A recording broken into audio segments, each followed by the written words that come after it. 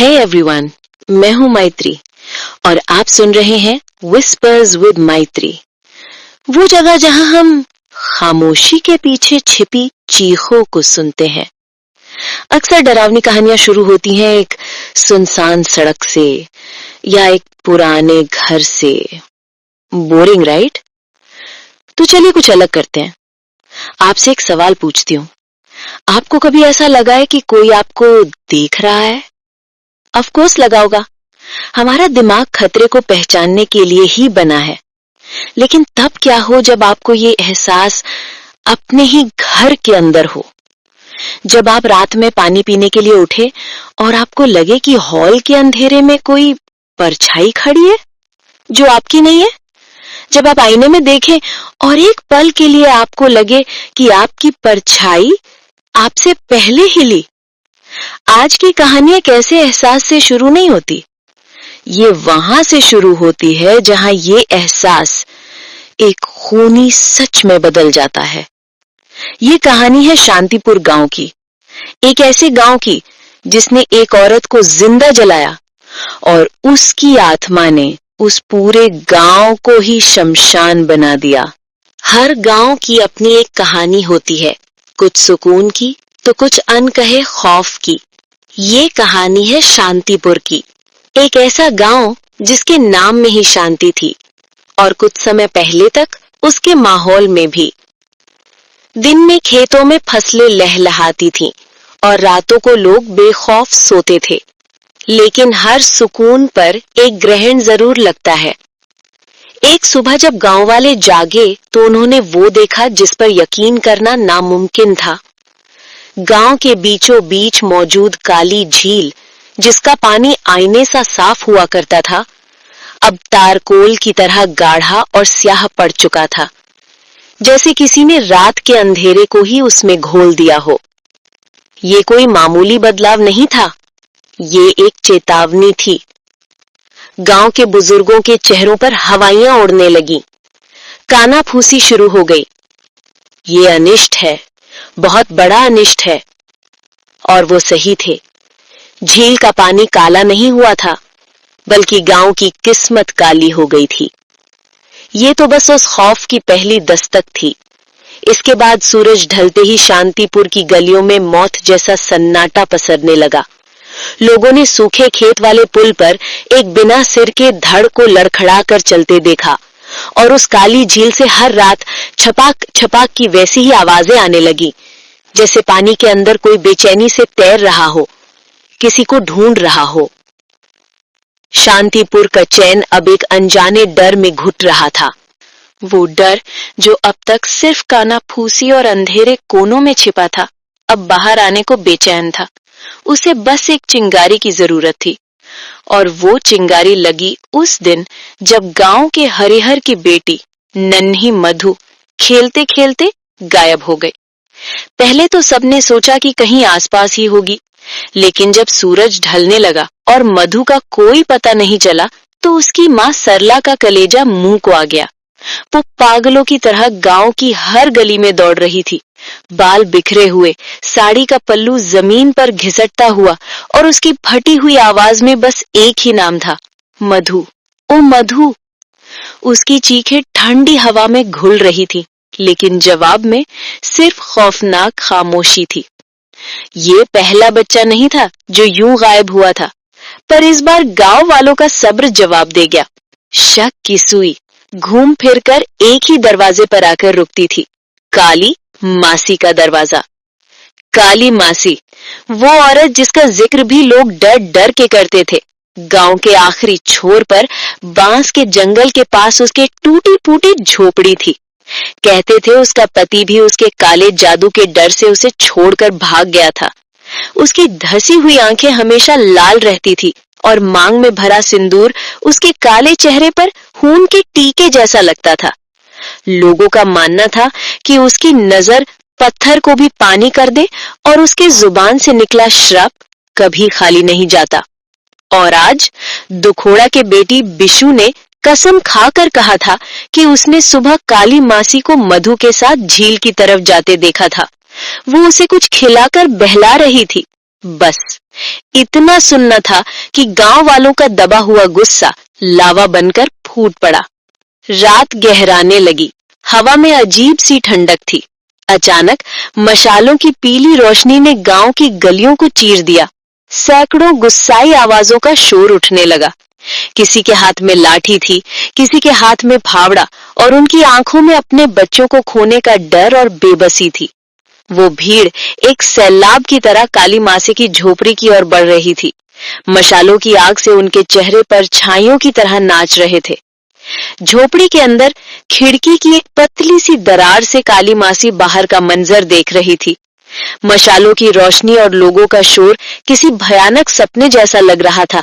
उसके हाथ कांप रहे थे। तभी भीड़ में से एक आदमी जोर से चिल्लाया। उसकी आवाज में नफरत भरी थी। ओ काली, बाहर निकल!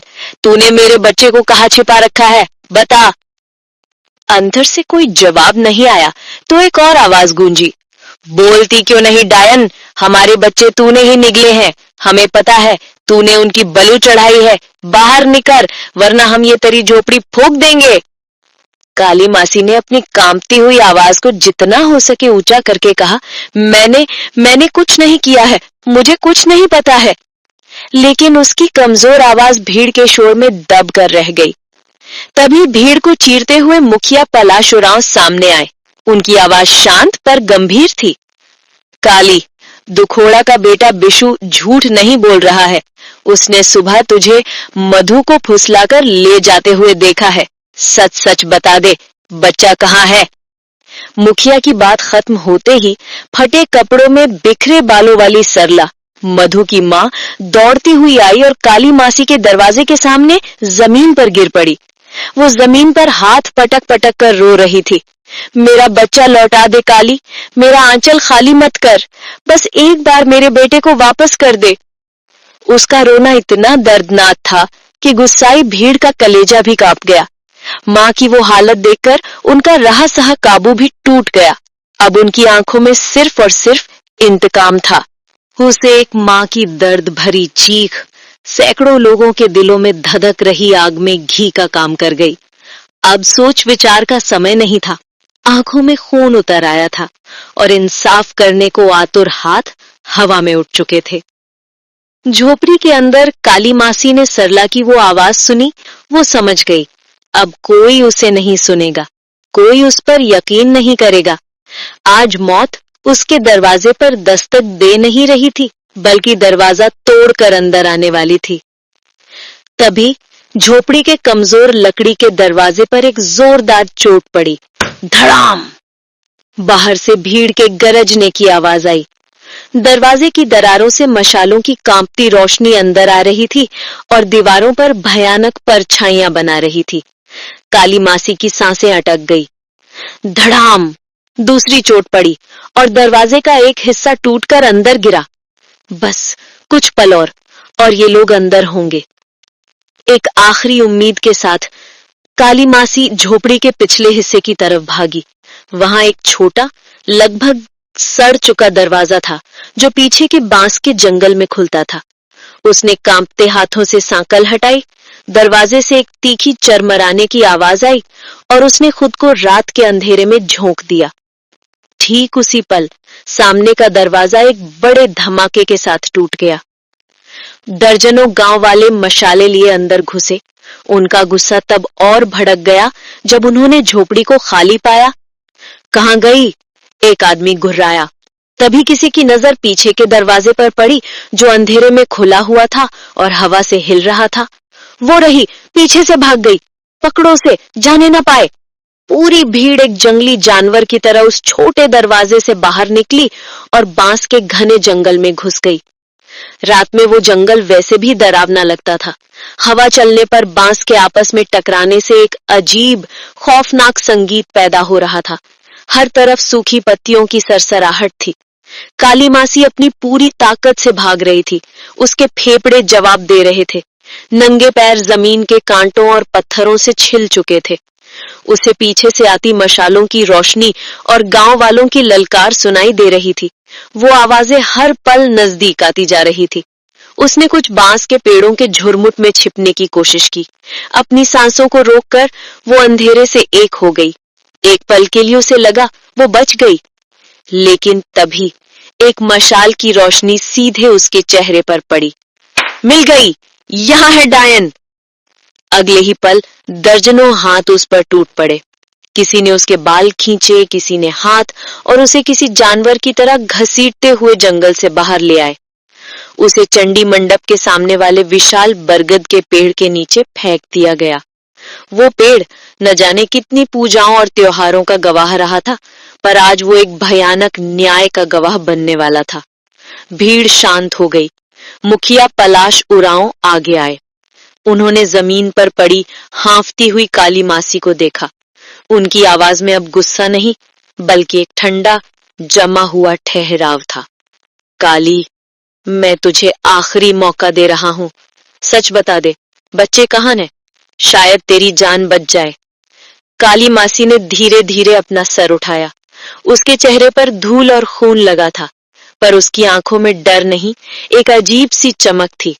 उसने अपने काले और सड़े हुए दांत दिखाते हुए एक घिनौनी हंसी हंसी और जमीन पर थूक दिया।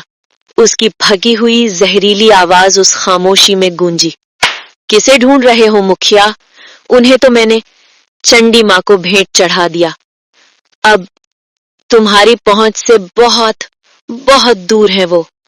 इतना कहकर वो जोर जोर से हंसने लगी, एक पागल भरी डरावनी हंसी जो गांव वालों के दिलों में बची खुची उम्मीद को भी चीर गई। काली मासी की वो पागलपन भरी हंसी बरगद के पत्तों से टकराकर पूरी भीड़ के कानों में जहर की तरह घुल गए। और फिर एक भारी जानलेवा खामोशी छा गई। हवा रुक गई थी। झिंगुरों ने बोलना बंद कर दिया था। सिर्फ मशालों के जलने की चटचट की आवाज आ रही थी। उस खामोशी में गांव वालों ने एक दूसरे के चेहरों को देखा। उनकी आंखों में अब सवाल नहीं थे, न दया थी, न डर, सिर्फ आग थी, इंतकाम की आग। मुखिया पलाश उरांव ने धीरे धीरे अपनी आंखें बंद कर ली, जैसे उन्होंने अपना फैसला सुना दिया हो। मार डालो इस डायन को। भीड़ के किसी कोने से यह आवाज उठी और अगले ही पल वो खामोशी एक जंगली जानवर की दहाड़ में बदल गई। सब एक साथ चिल्लाए, जिंदा जला दो इसे, इसने हमारे बच्चे खाए हैं। भीड़ एक लहर की तरह उसकी तरफ बढ़ी, लेकिन मौत को इतने करीब देखकर भी काली मासी की आंखों से वो शैतानी चमक नहीं गई। उसने अपनी पूरी ताकत लगाकर उठने की कोशिश की और भीड़ को घूरती हुई फटी हुई आवाज में बोली, हाँ हाँ, मारो मुझे, जला दो मेरा ये जिस्म। उसकी आवाज में एक अजीब सी अकड़ थी। पर मेरी आत्मा का क्या करोगे? याद रखना, मैं वापस आऊंगी। इस गांव की हर अंधेरी रात में, हर काली परछाई में मैं मौजूद रहूंगी। तब क्या तुम मुझे रोक पाओगे? उसकी ये धमकी खत्म होती उससे पहले ही कोई गांव वाला मिट्टी के तेल का एक कनस्तर ले आया। ढक्कन खुलने की आवाज आई और हवा में तेल की तीखी गंध फैल गई। अगले ही पल ठंडा चिकना तेल काली मासी के सिर से पांव तक डाल दिया गया। एक पल की खामोशी और फिर किसी ने अपनी मशाल आगे फेंक दी। वो मशाल हवा में एक आग का गोला बनकर आई और जैसे ही काली मासी के तेल से भीगे शरीर से टकराई, एक भयानक धमाका सा हुआ। आग की लपटों ने उसे पल भर में अपनी आगोश में ले लिया। उसका चेहरा, उसके बाल, उसके कपड़े सब आग बन चुके थे। पर उस आग के गोले से जो चीख निकली, वो किसी इंसान के दर्द की चीख नहीं थी। वो नफरत और गुस्से से भरी एक ऐसी चीख थी जिसे सुनकर वहां खड़े लोगों की रूह तक कांप गई। एक जलता हुआ इंसानी शरीर पागलों की तरह उठा और दौड़ने लगा। वो सीधे पास की काली झील की तरफ भागी, शायद आग बुझाने की आखिरी कोशिश में। भीड़ अपनी जगह पर जम गई। वो बस उस भयानक मंजर को देख रहे थे। काली मासी दौड़ती हुई झील के किनारे पहुंची और फिर एक जोरदार छपाक की आवाज के साथ उसने काले पानी में छलांग लगा दी। पानी में गिरते ही एक खौफनाक की आवाज उठी, जैसे गर्म लोहे को पानी में डाल दिया हो। कुछ देर तक पानी में हलचल होती रही और फिर सब शांत हो गया। आग तो बुझ गई थी, पर काली मासी का आधा जला हुआ काला शरीर उस झील के स्याह पानी पर तैर रहा था और मशालों की रोशनी में वहां खड़े गांव वालों ने साफ देखा, उसके जले हुए जिस्म से अभी भी धुआं उठ रहा था, जैसे उसकी आत्मा का ही सबूत दे रहा हो कि वो यही है, गई नहीं है। उस रात गांव वालों ने इंसाफ तो कर दिया था, पर उन्होंने अनजाने में अपने गांव को हमेशा के लिए एक बदनसीबी के हवाले कर दिया था। उस रात शांतिपुर में कोई नहीं सोया। हर घर का दरवाजा बंद था, पर बंद आंखों के पीछे भी हर किसी को झील के काले पानी पर तैरती हो जलती हुई लाश और हवा में घुलती वो आखिरी धमकी साफ नजर आ रही थी। सुबह हुई, पर सूरज की रोशनी भी गांव पर छाए मातम और खौफ के अंधेरे को कम न कर सकी। चिड़ियों की चहचहाहट की जगह एक अजीब भारी सन्नाटा पसरा था। काली मासी तो मर चुकी थी, लेकिन गांव के बच्चे अब भी लापता थे।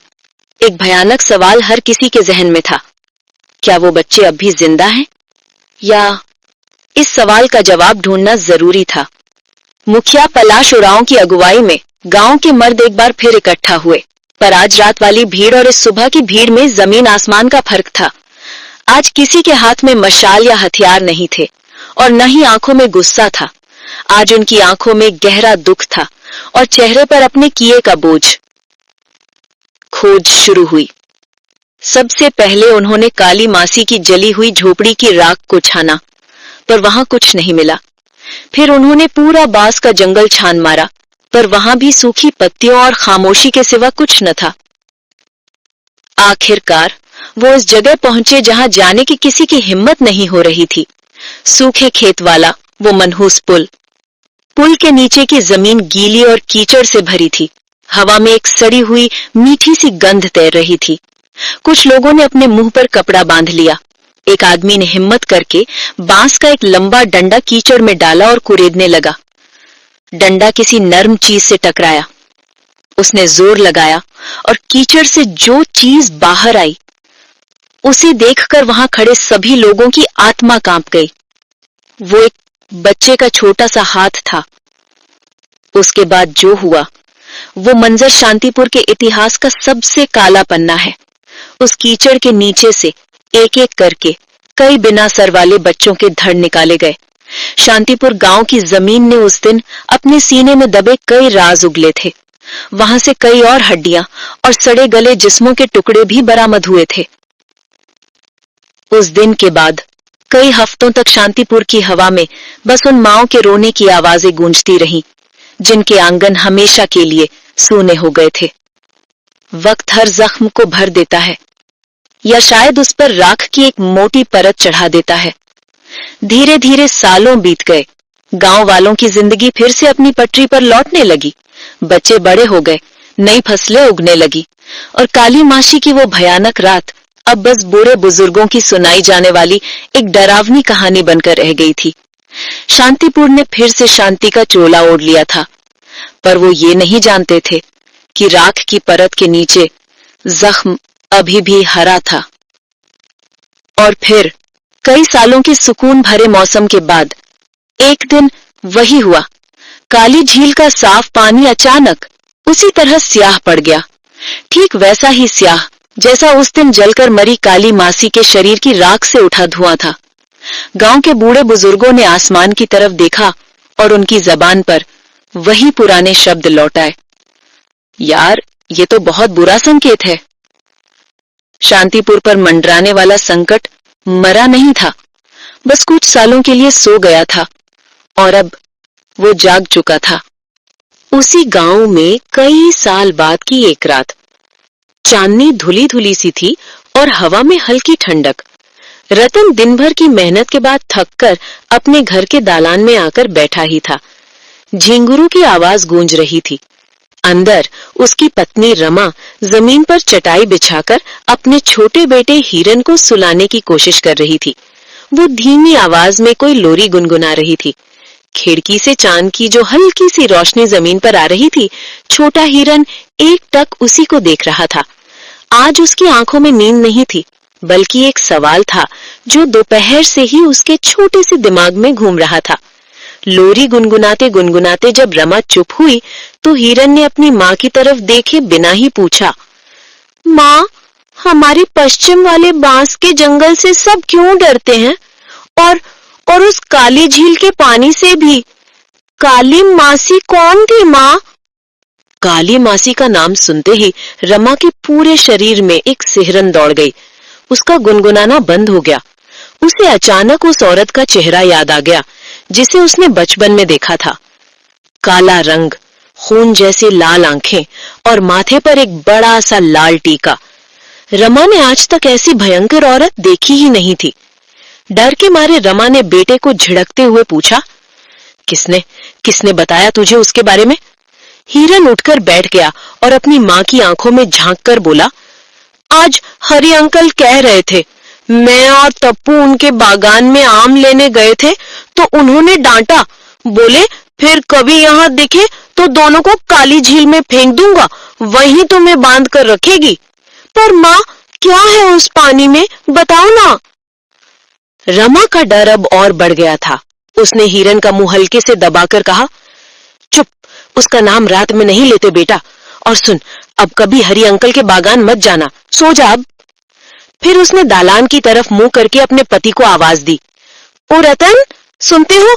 जरा अपने लाडले को समझाओ, इसे तो नींद ही नहीं आती। पर बाहर से कोई जवाब नहीं आया। रतन, जो अब तक थकान से ऊँग रहा था, उसकी झपकी झाड़ियों के पीछे से आई एक हल्की सी खसखस की आवाज से टूट गई थी। उसने सोचा कोई कुत्ता होगा। तभी उसकी नजर घर के सामने वाले पुराने बरगद के पेड़ पर पड़ी।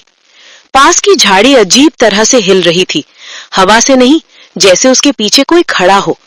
उसने आंखें सिकोड़कर ध्यान से देखा तो उसे एक औरत की परछाई दिखाई दी।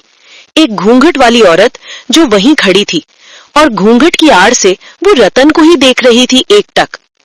रतन की आंखें जैसे उस परछाई पर जम गईं। वो नजर हटा ही नहीं पा रहा था। उसे महसूस हो रहा था जैसे वो औरत उसे अपनी तरफ खींच रही हो, इशारे से बुला रही हो। रतन किसी जादू में बंद कर अपनी जगह से उठ खड़ा हुआ। वो सम्मोहित सा होकर दालान से बाहर पैर रखने ही वाला था कि तभी उसकी पीठ पर किसी नर्म हाथ का स्पर्श हुआ। रमा उसके पीछे आकर खड़ी हो गई थी। मैं कब से आवाज दे रही हूँ, कहाँ ध्यान है आपका? रमा की आवाज सुनते ही रतन का जादू जैसे टूट गया। उसने हड़बड़ाकर फिर से उस झाड़ी की तरफ देखा, पर वहां अब कोई नहीं था। उसने डर भरी आवाज में कहा, अरे जरा देख तो, यहाँ अभी कोई खड़ा था, एक औरत घूंघट में, अचानक कहाँ गायब हो गई? रमा का दिल जोरों से धड़कने लगा। उसने रतन का हाथ पकड़कर उसे अंदर खींचते हुए कहा, हे भगवान, मैंने कितनी बार कहा है, रात में उस पेड़ की तरफ मत देखा करो। वो निशी है, पिशाचिनी। वो तुम्हें बहलाकर ले जाएगी और उसी काली झील में डुबोकर मार डालेगी। चलो अंदर चलो। रतन ने कोई बहस नहीं की और चुपचाप अंदर चला गया। अगर वो दोनों बस कुछ पल और रुककर उस पेड़ की आड़ में ध्यान से देखते तो उन्हें खून जैसी दो लाल आंखें अंधेरे में से उन्हें घूरती हुई साफ दिखाई देती। उस डरावनी रात के कुछ दिन बाद दोपहर का समय था। अचानक शांतिपुर के आसमान का रंग बदलने लगा। नीला आसमान कुछ ही पलों में एक मैले पीले भूरे रंग में तब्दील हो गया। हवा जो अब तक शांत थी, अब किसी घायल जानवर की तरह गुर्राने लगी। खेतों से धूल के बवंडर उठने लगे। गांव में अफरा तफरी मच गई। खेतों में काम कर रहे किसान अपने हल बैल लेकर घरों की तरफ भागे। नदी पर मौजूद मल्लाह अपनी नावें किनारे खींचने लगे। मैदान में खेल रहे बच्चे भी चीखते चिल्लाते अपने अपने घरों की ओर दौड़ पड़े। सब घर लौट आए, सिवाय एक के, हिरन। वो उस वक्त गांव के सड़े हुए गड्ढे के पास राम कुंवर के वीरान आम के बागान में अकेले आम बीनने में लगा था। उसके दोस्त तप और गदई तो तूफान के आसार देखकर ही भाग गए थे, पर हिरन को आम का लालच रोक रहा था। वो झुका हुआ आम बीन रहा था। तभी हवा के शोर के बीच उसे एक और आवाज सुनाई दी, एक फुसफुसाहट, किसी बच्चे की। हिरन हमारे साथ आंख में चौली खेलेगा। हिरन ने चौंक कर सिर उठाया। उसने इधर उधर देखा तो उसे एक आम के पेड़ के पीछे से किसी बच्चे का सिर झांकता हुआ दिखा। हिरन ने आमों को अपनी कमीज में भरा और उस पेड़ की तरफ बढ़ा, पर जब वो वहां पहुंचा तो वहां कोई नहीं था, सिर्फ हवा से हिलते पत्ते थे। उसे लगा शायद उसका वहम होगा, वो वापस मुड़ने ही वाला था कि तभी ठीक उसके पीछे से उसके कान के एकदम पास आकर वही आवाज फिर आई, हिरन हमारे साथ आंख मिचौली खेलेगा ना? ये सुनकर हिरन का पूरा शरीर जैसे जम गया, उसकी सांस अटक गई, उसके हाथ से सारे आम जमीन पर बिखर गए। उसने बड़ी बड़ी आंखों से धीरे धीरे पीछे मुड़कर देखा। वहां उसी की उम्र के कुछ बच्चों की हल्की धुंधली सी आकृतियां खड़ी थीं। वो इंसान कम और धुएं से बने पुतले ज्यादा लग रहे थे। इससे पहले कि हिरन चीख पाता, उनमें से एक ने आगे बढ़कर उसकी आंखों पर कपड़ा बांध दिया। हिरन को कुछ समझ नहीं आया, उसके हाथ पैर सुन पड़ चुके थे।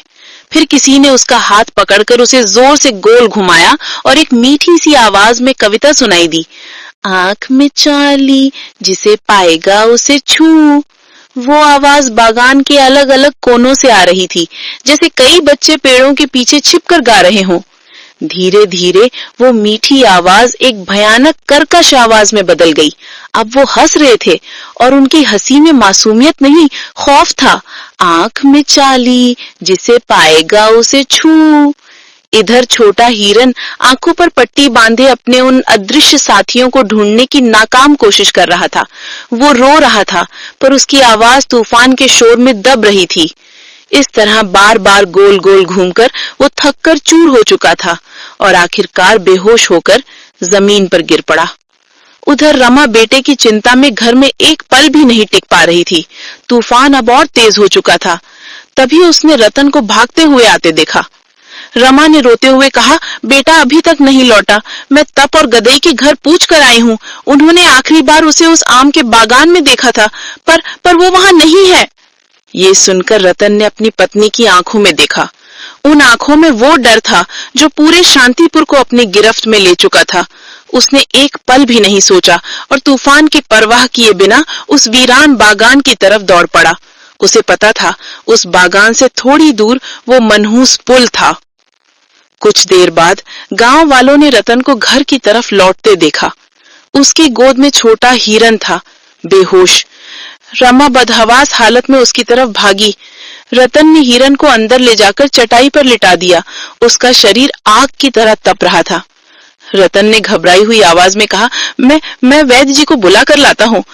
रमा ने रोते हुए कहा कि ये तो बिल्कुल ठीक था, इस तरह घर क्यों लौटा? जल्दी जाओ, मुझे बहुत डर लग रहा है।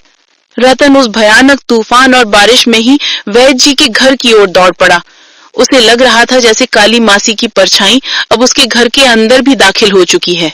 बाहर मूसलाधार बारिश हो रही थी और हवा साए साए कर रही थी।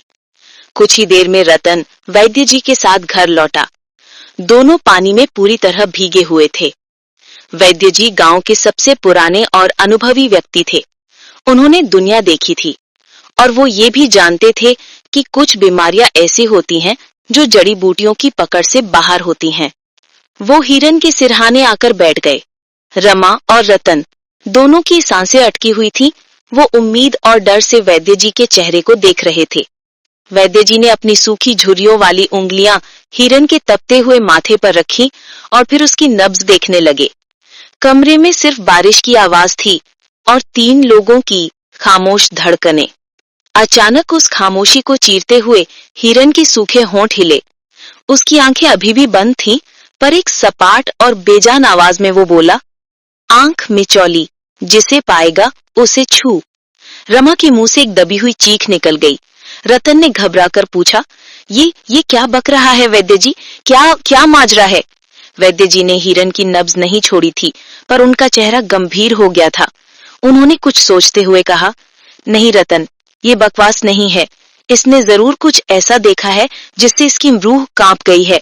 ये कोई मामूली बुखार नहीं है। उन्होंने रमा की तरफ मुड़कर कहा, मैं कुछ दवा दे रहा हूँ, पर रमा तुम आज रात हिरन को एक पल के लिए भी अकेला मत छोड़ना। अपनी आंखों से ओझल मत होने देना। वैद्य जी की इस चेतावनी में एक अनकहा डर छिपा था, जिसे रतन और रमा दोनों ने महसूस किया। वैद्य जी के जाने के बाद रमा हिरन के सिर पर पानी की पट्टियां रखने लगी। वो अपने बेटे का चेहरा देख रही थी, पर उसे लग रहा था जैसे वो किसी और को देख रही हो। बाहर तूफान अब धीरे धीरे शांत हो रहा था। रात गहराती जा रही थी। कई घंटों तक जागने के बाद रमा की आंखें भी बोझिल होने लगी और वो बेटे के पास लेटे लेटे ही ऊँघने लगी। शायद उसे झपकी लगे कुछ ही पल हुए होंगे कि घर के बाहर आंगन की तरफ से एक धीमी फुसफुसाहट वाली आवाज आई। कोई बच्चों का खेल गीत गा रहा था। आम पत्ता जोड़ा जोड़ा, मारूंगा चाबुक, चढ़ूंगा घोड़ा। और फिर एक सवाल, हमारे साथ खेलेगा? ये आवाज सुनकर अचानक हिरन ने अपनी आंखें खोली। उसकी आंखें स्थिर और धुंधली थीं, जैसे वो इस दुनिया में हो नहीं। वो एक झटके में उठा, जैसे किसी कठपुतली को किसी ने डोर खींचकर उठा दिया हो। अब वो दरवाजे की तरफ बढ़ा। रमा को अच्छी तरह याद था कि उसने दरवाजे पर अंदर से जंजीर लगाई थी।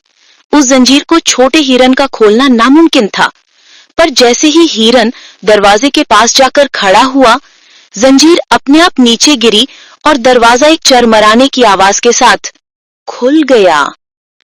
बाहर की ठंडी हवा का एक झोंका अंदर आया और रमा की नींद खुल गई।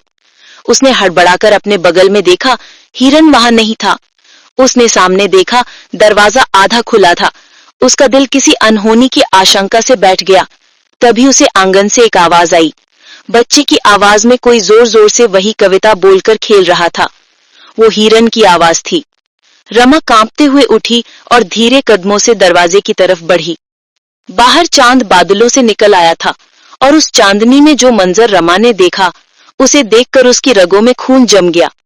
आंगन के बीचों बीच हिरन पालथी मारकर बैठा था और हवा में किसी अदृश्य साथी के साथ आम पत्ता जोड़ा जोड़ा खेल रहा था। वो अपने हाथ आगे बढ़ाता और हवा में ताली बजने की एक साफ आवाज आती। उसके अदृश्य साथी को दिखाई न देने पर भी उसके ताली बजाने की आवाज रात के सन्नाटे में साफ सुनाई दे रही थी। रमा ने कांपती आवाज में पुकारा, हिरन बेटा, तू किसके साथ खेल रहा है? हिरन ने अपना खेल रोका और बहुत धीरे से अपनी माँ की तरफ देखा। चांद की रोशनी में साफ दिख रहा था, उसकी आंखों की पुतलियां अपनी जगह पर नहीं थीं। तभी एक बर्फीली हवा का झोंका आंगन में चला और रमा के कानों के एकदम करीब एक भयानक फटी हुई औरत की आवाज ने वही कविता दोहराई। आम पत्ता जोड़ा जोड़ा, मारूंगा चाबुक, चढ़ूंगा घोड़ा। ये काली मासी की आवाज थी। रमा की आंखों के सामने अंधेरा छा गया और वो जोर जोर से रतन को पुकारने लगी। रमा की वो चीख किसी चाबुक की तरह रतन की गहरी नींद पर पड़ी। वो हड़बड़ा कर उठा। कुछ पल के लिए उसे समझ ही नहीं आया कि वो कहाँ है। कमरे में दिए की लौ कांप रही थी।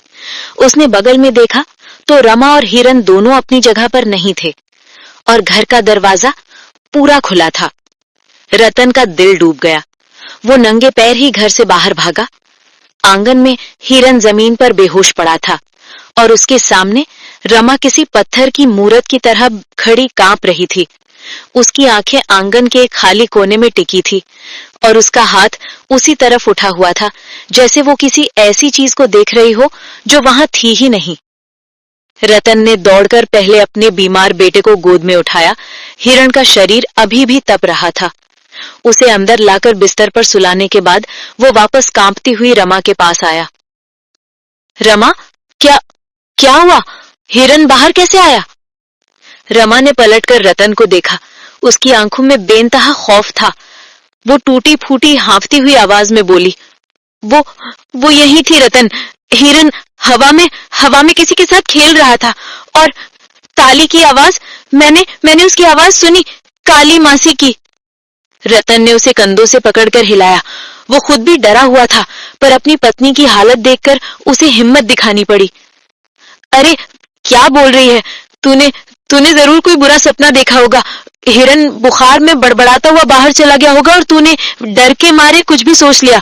चल अंदर चल। रतन उसे लगभग खींचकर अंदर ले गया। उसने दरवाजे पर अच्छी तरह से जंजीर लगाई, पर रमा की आंखों से वो मंजर हट ही नहीं रहा था। रतन चाहे कुछ भी कहे, वो जानती थी कि उसने जो देखा वो सपना नहीं था। उस रात रतन तो सो गया, पर रमा सारी रात जागती रही। वो बस अपने बेटे के चेहरे को देखती रही और अंधेरे में हर आहट पर चौंकती जाती थी। उसे लग रहा था जैसे कोई अनदेखा सा साया उसी कमरे में मौजूद है और बस सुबह होने का इंतजार कर रहा है। उस घर की दीवारों में डर कैद था, पर शांतिपुर की गलियों में मौत आजाद घूम रही थी। शांतिपुर के सरकारी स्कूल में गणित के शिक्षक थे सुरेश मंडल। सुरेश बाबू की कोई संतान नहीं थी। गांव के सभी बच्चे ही उनके बच्चे थे। पिछले 15 सालों से उनका एक ही नियम था, दिन में बच्चों को पढ़ाना और रात में चंडी मंडप पर गांव वालों के साथ गपशप करके घर लौटना। आज भी वो उसी कच्चे रास्ते पर चलते हुए वीरान खेल के मैदान को पार कर रहे थे। आसमान में बादल घिरे थे, हवा में ठंडक थी। काली झील के पास आते ही उन्होंने ध्यान दिया कि आज यहाँ अजीब सी खामोशी थी। झिंगुर और मेंढक की जो आवाजें रोज आती थी, वो आज पूरी तरह से बंद थी। उन्होंने अपनी चाल तेज कर दी। बांस के जंगल के पास अंधेरा और भी घना था। तभी काली झील से छल छल की आवाज आई। सुरेश बाबू ने पीछे मुड़कर देखने की हिम्मत नहीं की। वो जंगल को एक तरफ रखकर थोड़ा आगे बढ़े ही थे कि अचानक बांस के जंगल के अंधेरे से एक छोटा बच्चा निकलकर उनके सामने रास्ते पर चलने लगा। सुरेश बाबू को अजीब लगा, पर उन्होंने ज्यादा ध्यान नहीं दिया। वो बच्चा उनसे थोड़ी दूरी बनाकर उनके कदमों से कदम मिलाता हुआ आगे बढ़ रहा था। पर सुरेश बाबू के मन का डर तब बढ़ गया जब उन्होंने देखा कि थोड़ी दूर आगे बढ़ते ही एक और बच्चा आकर उसके साथ शामिल हो गया। फिर एक और, फिर एक और। वो जितना आगे बढ़ते बच्चों की संख्या भी उतनी ही बढ़ती जाती।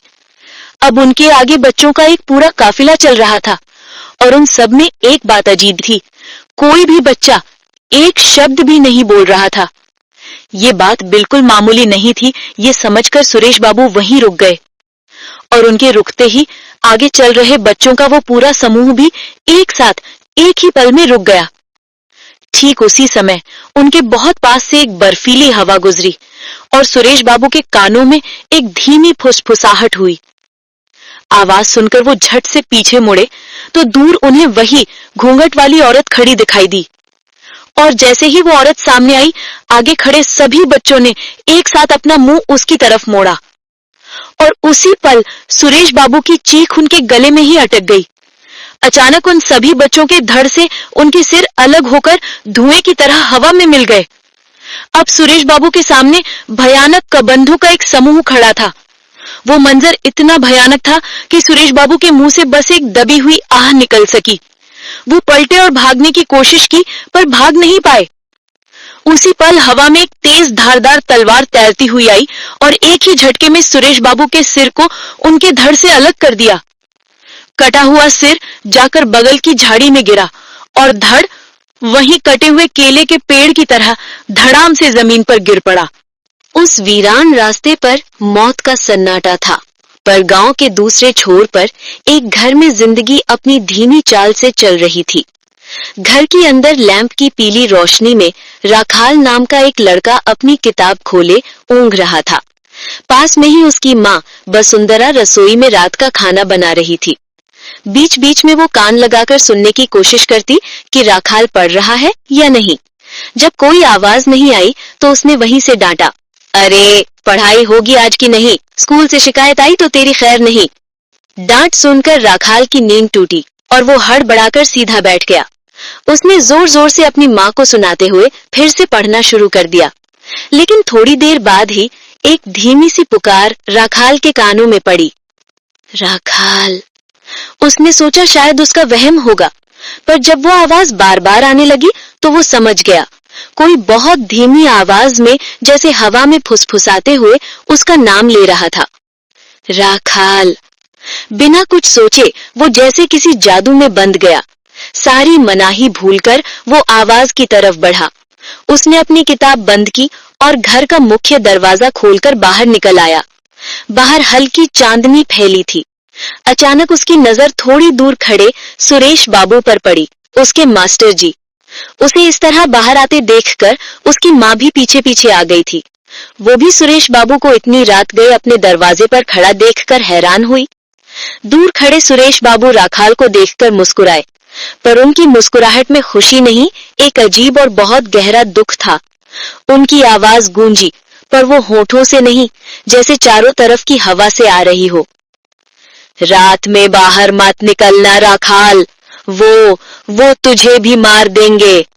राखाल और वसुंधरा को कुछ समझ नहीं आया। सुरेश बाबू ने अपनी बात पूरी की। ठीक वैसे ही जैसे उन्होंने मुझे मारा है। और ये कहकर उन्होंने अपना कटा हुआ सिर अपनी गर्दन से निकालकर अपने हाथ में ले लिया। वो सिर अब भी मुस्कुरा रहा था। उधर ये मंजर देखकर वसुंधरा की चीख भी नहीं निकल सकी। वो बेहोश होकर जमीन पर गिर पड़ी, लेकिन राखाल अपनी जगह से हिला तक नहीं। वो डरा हुआ था, पर उससे ज्यादा दुखी था। वो अपनी रोती हुई आंखों से अपने प्यारे मास्टर जी की आखिरी विदाई को देखता रहा। सुरेश बाबू का बिना सिर वाला शरीर पीछे मुड़ा और अंधेरे में हमेशा के लिए गायब हो गया। बाद में गांव में ये बात फैली कि उस रात सिर्फ राखाल ही नहीं, बल्कि कई और लोगों ने भी अपने घर के बाहर सुरेश बाबू की आखिरी चेतावनी सुनी थी। अगली सुबह सुरेश बाबू का 2 हिस्सों में कटा हुआ शरीर उन्हीं के घर से थोड़ी दूर उसी वीरान रास्ते पर मिला। शांतिपुर का डर अब एक नए स्तर पर पहुंच चुका था। अब वो साया सिर्फ बच्चों को गायब नहीं कर रहा था, वो अब कत्ल कर रहा था। सुरेश बाबू की मौत की खबर जंगल की आग की तरह पूरे गांव में फैल गई। अब डर सिर्फ बच्चों के गायब होने का नहीं था, अब डर जान जाने का था। शांतिपुर की जिंदगी बदल गई। सूरज ढलते ही दरवाजों पर सांकलें चढ़ जाती, गलियां ऐसी सूनी हो जाती जैसे कोई रहता ही न हो। शाम की आरती के बाद मंदिर का आंगन भी वीरान हो जाता था।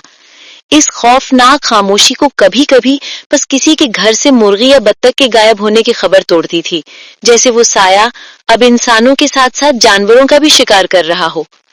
रतन के घर में भी अब डर एक बिन बुलाया मेहमान बनकर रहने लगा था। रमा की देखभाल से छोटा हिरन अब ठीक हो चुका था, पर चिंता ये थी कि उसे उस भयानक दिन या उस डरावनी रात की कोई बात याद नहीं थी, जैसे किसी ने उसके दिमाग से वो हिस्सा ही निकाल लिया हो। अब रमा हिरन को एक पल के लिए भी अपनी नजरों से दूर नहीं करती थी। वो हर आहट पर चौंक जाती, हर परछाई को घूरती। उसे हर वक्त लगता कि वो चीज, वो साया अब भी उसी के घर के आसपास कहीं मौजूद है। गांव का हर इंसान डरा हुआ था सिवाय एक के, हरिहर साव का बेटा लालू। उम्र कोई 15-16 साल की होगी। उसकी रगों में डर नहीं, बल्कि एक अजीब सी दिलचस्पी दौड़ती थी उस भयानक काली झील को लेकर। जब तेज बारिश में झील का काला पानी किनारों तक भर जाता और उसमें बड़ी बड़ी मछलियां उछलती थी, तब लालू का मन बेचैन हो उठता था। उसे उन मछलियों को पकड़ने की एक जबरदस्त धुन सवार हो जाती। उसे स्कूल के विज्ञान मास्टर मधु बाबू की बात याद आती थी।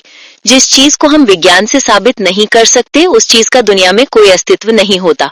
भूत प्रेत सब मन का वहम है। और यही बात लालू के दिल से डर को निकाल देती थी। उस दिन भी वो स्कूल से लौटते समय काली झील के किनारे गया। वहां एक बहुत पुराना टूटा फूटा घाट अभी भी मौजूद था। लालू उस घाट के किनारे जाकर एकटक उस काले पानी को देखता रहा। उसे लगता जैसे कोई अदृश्य शक्ति उसे अपनी ओर खींच रही हो। उसका ध्यान तब टूटा जब ठीक उसके पास एक बहुत बड़ी मछली के उछलने की आवाज आई। छपाक! पानी के छींटे उसके चेहरे पर पड़े। ये देखकर उसका मन खुशी से भर गया। उसने मन में ठान लिया कि आज रात वो सबकी नजरों से बचकर इसी काली झील में मछली पकड़ने जरूर आएगा। वो सबको दिखा देगा कि ये सब सिर्फ डरावनी कहानियां हैं और कुछ नहीं। ये सोचकर उसने अपने घर की तरफ चलना शुरू किया। ठीक उसी समय झील के शांत पानी में एक काले बालों वाला सिर हल्का सा ऊपर उभरा। उसने लालू को जाते हुए देखा। घने बालों की लटों के बीच से उसकी 2 आंखें अंधेरे पानी में जुगनुओं की तरह अजीब तरह से जल उठी और फिर वो सिर धीरे धीरे वापस पानी की गहराई में डूब गया। झील ने अपना चारा चुन लिया था और अब वो शिकारी के आने का इंतजार कर रही थी।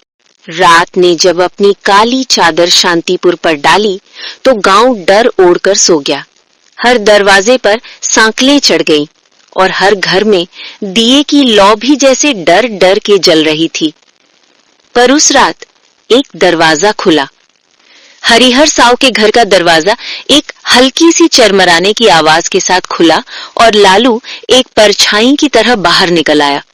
उसके एक हाथ में बांस की पतली सी छड़ी थी जिससे उसने मछली पकड़ने का कांटा बनाया था और दूसरे हाथ में एक खाली झोला।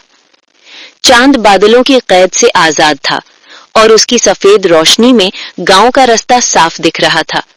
झिंगुरों की एक रस आवाज रात के सन्नाटे को और गहरा कर रही थी। लालू तेज कदमों से आगे बढ़ रहा था। उसका साया जमीन पर उससे भी लंबा और डरावना लग रहा था। पर उसे डर नहीं लग रहा था, बल्कि एक अजीब सा रोमांच महसूस हो रहा था। जैसे जैसे वो झील के करीब पहुंच रहा था, हवा में नमी और ठंडक बढ़ने लगी। दूर कहीं से सियारों के एक झुंड की हुआ हुआ की आवाज आई, पर उसने उसे अनसुना कर दिया। थोड़ी देर बाद ही उसे पानी की छप छप की आवाज सुनाई देने लगी। एक साथ कई मछलियां पानी में उछल रही थी। ये सुनकर उसके चेहरे पर एक मुस्कान आ गई। वो सही था, ये सब गांव वालों का वहम है। एक मोड़ मोड़ते ही काली झील उसके सामने थी। चांद की रोशनी में झील का काला पानी किसी विशालकाय काले आईने की तरह लग रहा था, जिसमें आसमान की परछाई भी धुंधली नजर आ रही थी। उसने एक बार इधर उधर देखा और फिर टूटे हुए घाट के पास एक साफ जगह पर बैठकर उसने अपना कांटा पानी में डाला। मन ही मन वो कल सुबह के बारे में सोच रहा था कि जब वो दोस्तों को इतनी बड़ी मछली दिखाएगा, मधु बाबू को बताएगा, तो सब कितने हैरान होंगे। पर काफी देर बीत गई। झिंगुरों की आवाज अब उसे परेशान करने लगी थी। एक भी मछली एक बार भी उसके कांटे के पास नहीं आई। उसका सारा उत्साह अब धीरे धीरे झुंझलाहट में बदल रहा था। वो जाने की सोच ही रहा था कि तभी अचानक उसके कांटे में एक ऐसी जोरदार खींच पड़ी कि उसके हाथ से कांटा लगभग छूट ही गया था। ये किसी छोटी मोटी मछली का झटका नहीं था। ऐसा लगा जैसे पानी के नीचे किसी ने पूरी ताकत से उसकी छड़ी पकड़ ली हो। उसकी पुरानी खुशी और रोमांच फिर लौट आया। उसने शरीर की पूरी ताकत लगाकर कांटे को अपनी तरफ खींचना शुरू किया। पर वो चीज जो भी पानी के नीचे थी, वो टस से मस नहीं हुई। लालू ने हार नहीं मानी। उसने अपने पैर जमीन में गड़ाए और जोर से कांटे को खींचा। पर इस बार वो चीज भी पूरी ताकत से दूसरी तरफ खींची और अचानक एक ही झटके में लालू अपना संतुलन खो बैठा और धड़ाम से घाट के किनारे से फिसलकर उस ठंडे काले पानी में जा गिरा। जैसे ही लालू पानी में गिरा, एक पल के लिए उसका पूरा शरीर सुन पड़ गया। उसे लगा जैसे हजारों बर्फीली सुइयां उसके जिस्म में एक साथ चुभ गई हों। अंधेरे पानी ने उसे निगल लिया था। पर वो गांव का लड़का था। तैरना उसकी रगों में था। वो घबराया नहीं। उसने अपने हाथ पैर चलाए और कुछ ही पलों में हांफता हुआ, खांसता हुआ पानी की सतह पर आ गया। उसने आंखों से पानी हटाया और किनारे की तरफ देखा। टूटा हुआ घाट बस कुछ ही हाथ की दूरी पर था। उसने अपनी पूरी ताकत से घाट की ओर तैरना शुरू किया। उसका एक हाथ घाट की सड़ी हुई लकड़ी को छूने ही वाला था कि तभी उसे अपने पैरों में खिंचाव महसूस हुआ, जैसे पानी के नीचे किसी ने उसका पैर पकड़ लिया हो। उसे लगा शायद कोई जंगली लता होगी या उसका अपना कांटा ही फंस गया होगा। उसने जोर से पैर झटके और वो पकड़ ढीली पड़ गई। वो फिर से किनारे की ओर बढ़ा, पर इस बार वो पकड़ और भी मजबूत थी। इस बार वो सिर्फ एक खिंचाव नहीं था, वो एक जानलेवा पकड़ थी जो उसे नीचे झील की स्याह गहराइयों में खींच रही थी। अब उसकी रगों में खून की जगह बर्फीला पानी दौड़ने लगा था। ये कोई लता नहीं थी। उसने अपनी पूरी ताकत से संघर्ष किया। उसके फेफड़े हवा के लिए तड़प रहे थे। पानी के अंदर अंधेरे में उसे कुछ दिखाई नहीं दे रहा था, पर उसे वो महसूस हो रहा था। 2 फिसलन भरे ठंडे हाथ जो उसके पैरों को जकड़े हुए थे। एक आखिरी झटके के साथ वो किसी तरह खुद को छुड़ा के फिर से सतह पर आया। वो पागलों की तरह हाँफ रहा था। अब वो किनारे पर चढ़ने की नहीं, बल्कि चिल्लाकर किसी को बुलाने की सोच रहा था। उसने मदद के लिए मुंह खोला, पर एक चीख भी बाहर न निकल सकी, क्योंकि ठीक उसके सामने पानी में हलचल हुई थी। धीरे धीरे, बहुत धीरे धीरे पानी की सतह से एक सिर ऊपर उठ रहा था। एक ऐसा सिर जो लंबे गीले काले बालों से पूरी तरह ढका हुआ था। पानी की बूंदें उन बालों से टपक कर झील में वापस गिर रही थी। टप टप टप। लालू का शरीर जम गया था। वो हिल भी नहीं पा रहा था। अब 2 हाथ पानी से ऊपर उठे, सड़े हुए मांस और हड्डियों का एक ढांचा। उन हाथों ने धीरे धीरे अपने चेहरे से बालों को हटाया और लालू ने जो देखा उसके बाद वो कभी कुछ और देखने के लिए जिंदा नहीं रहा। वो चेहरा आग से जला हुआ था। त्वचा खौलते तेल जैसी काली और पिघली हुई थी और उस जली हुई त्वचा के बीच 2 आंखें थी, मरी हुई मछली जैसी गोल, सफेद और खाली। उन आंखों में कोई भाव नहीं था सिवाय एक ठंडी भूखी नफरत के। उस भयानक चेहरे के होठों के कोने पर एक खतरनाक हंसी तैर रही थी। इससे पहले कि लालू चीख पाता, उन 2 सड़े गले हाथों ने उसके दोनों कंधों को कसकर पकड़ लिया और एक जोरदार दबाव डालकर लालू के शरीर को पानी में डुबो दिया। पानी के अंदर लालू का दम घुटने लगा, उसकी आंखें खौफ से फटी जा रही थी। तभी प्रेतनी के दोनों हाथ उसके कंधों से फिसलकर उसकी गर्दन पर आ गए और फिर रात के सन्नाटे में पानी के अंदर से एक हड्डी टूटने की दबी हुई खौफनाक आवाज आई, कड़क। झील में उठी लहरें धीरे धीरे शांत हो गईं।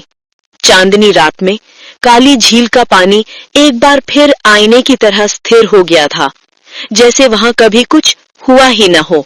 सुबह हुई। सूरज की पहली किरणें जब शांतिपुर पर पड़ी तो सब कुछ धोखे की तरह शांत और सामान्य लग रहा था। पक्षी चहचहा रहे थे। हवा में रात की बारिश के बाद मिट्टी की सौंधी महक थी, पर ये बस एक छलावा था। हरिहर साव के घर में लालू की माँ कुसुम रोज की तरह उठी। उसने चूल्हा जलाने के लिए लकड़ियां रखी और फिर अपने बेटे को जगाने उसके कमरे की तरफ गई। उसे लगा लालू आज भी देर तक सोया होगा। उसने दरवाजे से ही आवाज दी, लालू, ओ लालू, उठ जा बेटा, सुबह हो गई। अंदर से कोई जवाब नहीं आया। उसे थोड़ी झुंझलाहट हुई। वो अंदर गई, पर बिस्तर खाली था। चादर पर सिलवटें थी, जैसे कोई रात भर उस पर सोया ही न हो। एक पल के लिए कुसुम का दिल बैठा, पर फिर उसने खुद को तसल्ली दी, शायद दोस्तों के यहाँ चला गया होगा बिना बताए। लेकिन जब उसने घर का मुख्य दरवाजा अंदर से बंद पाया तो उसकी तसल्ली एक बर्फीले डर में बदल गई। अगर दरवाजा अंदर से बंद था तो लालू बाहर कैसे गया? उसकी कांपती हुई आवाज अब एक चीख में बदल गई। उसने अपने पति हरिहर को जगाया।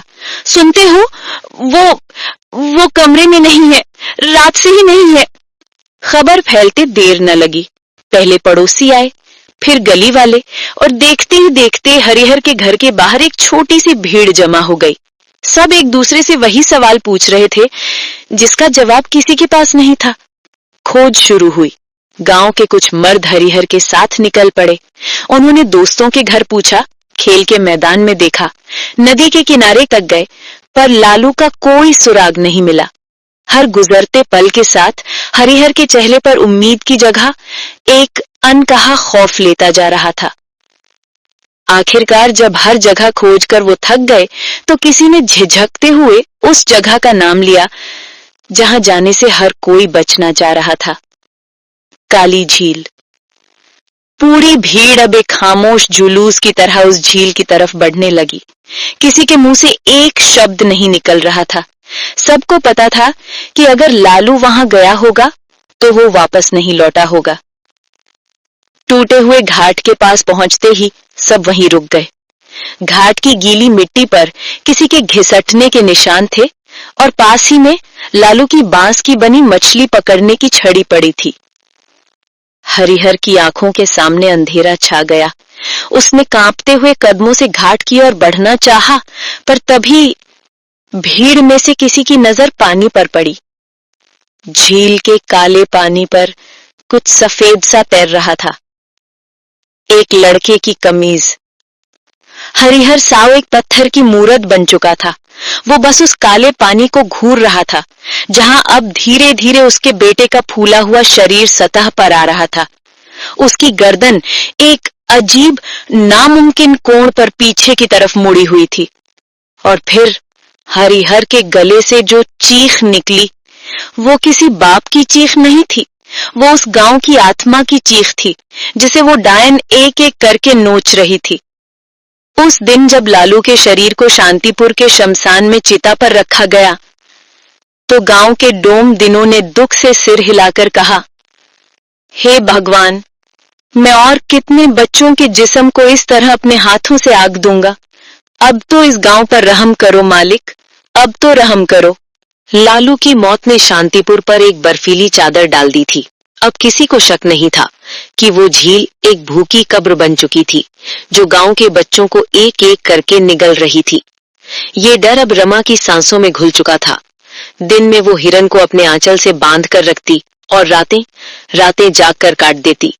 उसे हर पल लगता कि घर की दीवारों के पार अंधेरे में कोई है जो इंतजार कर रहा है, बस एक मौके का इंतजार। उस रात बाहर ठंडी हवा सूं सूं कर रही थी। रतन दिन भर की थकान के बाद गहरी नींद में था। रमा लेटी तो थी, पर उसकी आंखों में नींद नहीं थी।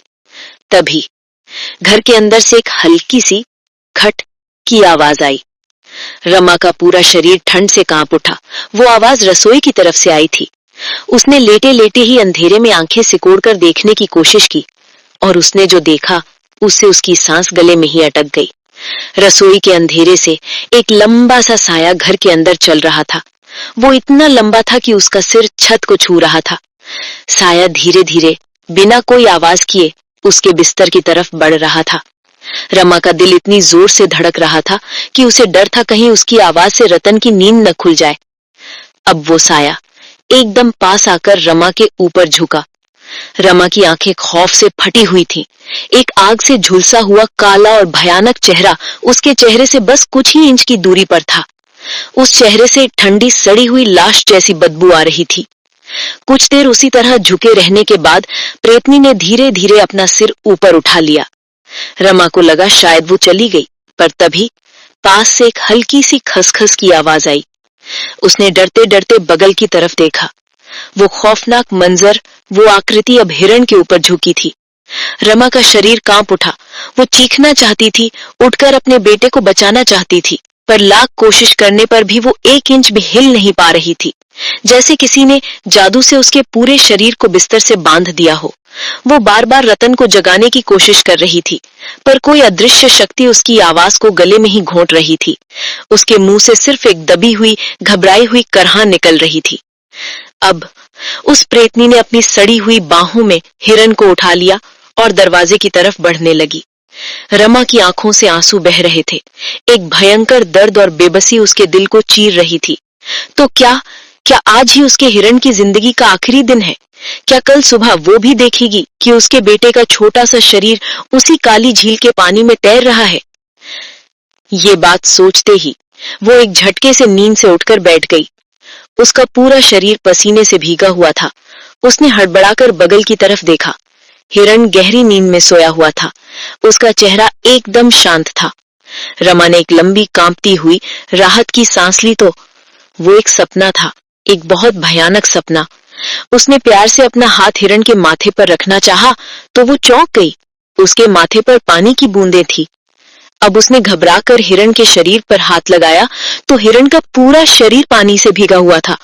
उसका दिल डूब गया।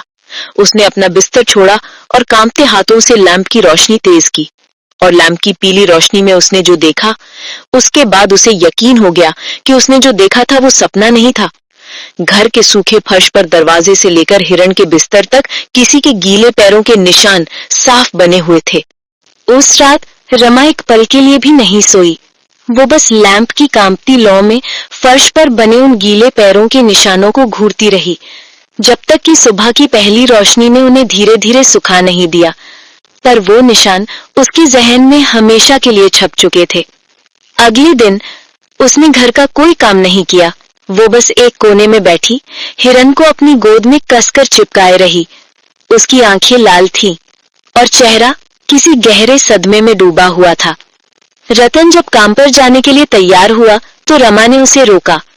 उसकी आवाज में अब डर नहीं, बल्कि एक ठंडी पत्थर जैसी दृढ़ता थी। हम आज ही ये गांव छोड़कर चले जाएंगे। रतन ने हैरानी से उसे देखा। क्या कह रही है? ऐसे कैसे? रमा ने अपनी गोद में सोए हिरन की तरफ इशारा किया। उसकी आवाज कांप रही थी। वो रात में आई थी रतन, वो मेरे बेटे को ले जाने आई थी। अगर मेरी आंख न खुलती तो वो अपनी बात पूरी नहीं कर सकी। उसका गला भर आया। रतन ने उसे समझाने की बहुत कोशिश की। पर हम जाएंगे कहाँ रमा? अपना घर, अपनी जमीन सब यही तो है। रमा ने उसकी आंखों में झांक कर कहा, घर और जमीन तब तक ही है जब तक हम जिंदा है। अगर हमारा बेटा ही नहीं रहा तो इस घर का क्या करेंगे? मैं आज रात इस घर में नहीं रुकूंगी। उस दिन रतन जब काम पर गया तो रमा की बातें और उसकी आंखों का खौफ उसके दिलो दिमाग पर छाया रहा। आज रतन को मिल से घर लौटने में थोड़ी देर हो गई थी। हिसाब का दिन था, इसलिए सब कुछ निपटाते निपटाते रात घिर आई थी। जब उसने गांव की सीमा पर पैर रखा तो चारों तरफ घना अंधेरा था। उसे रमा की चिंता हो रही थी। वो अकेले हिरन के साथ घर पर डरी हुई होगी। जल्दी घर पहुंचने के लिए उसने वही रास्ता चुना जिससे गांव के लोग अब दिन में भी जाने से कतराते थे, सूखे खेत वाला वो मनहूस पुल। चांद की धुंधली रोशनी पुल के टूटे फूटे खंभों पर पड़ रही थी, जिससे और भी डरावनी परछाइयां बन रही थी। रतन ने मन में भगवान का नाम लिया और तेज कदमों से आगे बढ़ने लगा। वो पुल के लगभग बीचों बीच पहुंचा ही था कि उसे एक छोटे बच्चे की खिलखिलाकर हंसने की आवाज सुनाई दी। आवाज ठीक उसके पीछे से आ रही थी। कितनी भयानक, कितनी बेवक्त हंसी थी। इस वीरान पुल पर इतनी रात गए एक बच्चे की हंसी। रतन की रीढ़ की हड्डी में एक सर्द लहर दौड़ गई। उसने पीछे मुड़कर नहीं देखा और अपनी चाल लगभग दौड़ने जैसी कर दी। थोड़ी दूर जाने के बाद फिर से वही हंसी की आवाज सुनाई दी। इस बार आवाज बहुत ज्यादा पास से आई थी, जैसे कोई ठीक उसके कान के पास हंसा हो। अब रतन का डर जवाब दे गया। वो पागलों की तरह आगे की तरफ भागा। भागते भागते उसने एक हल्की आकृति को पुल की एक तरफ से दूसरी तरफ भागते हुए देखा। वो पुल के आखिरी छोर पर पहुंचने ही वाला था जब उसने जो देखा उससे उसके पैर जमीन में ही जम गए। सामने जो उसका रास्ता रोक कर खड़े थे, उनमें से किसी की भी गर्दन पर सर नहीं था। कई बिना सर वाले बच्चों के धड़ खामोशी से कतार में खड़े थे और अंधेरे में भी उसको महसूस हो रहा था कि वो सब उसी को देख रहे हैं। उसके दिल की धड़कन उसके कानों में हथौड़ों की तरह बजने लगी। पीछे मुड़ने का कोई रास्ता नहीं था और आगे मौत खड़ी थी। उसने एक पल भी नहीं सोचा। जान बचाने की आखिरी कोशिश में उसने पुल की टूटी हुई रेलिंग से छलांग लगा दी और नीचे की सख्त और पथरीली जमीन पर कूद पड़ा। उसे चोटें आईं, पर वो एक पल भी नहीं रुका। वो उठा और लंगड़ाता हुआ अपनी पूरी ताकत से गांव की तरफ दौड़ पड़ा। दरवाजा एक जोरदार धमाके के साथ खुला, जैसे किसी ने उसे लात मारी हो। रमा, जो अंधेरे में सहमी हुई बैठी थी, इस आवाज से उछल पड़ी। उसने देखा दरवाजे पर रतन खड़ा था, पर वो उसका रतन नहीं लग रहा था। वो किसी जंगली जानवर का शिकार हुआ भागा हुआ इंसान लग रहा था।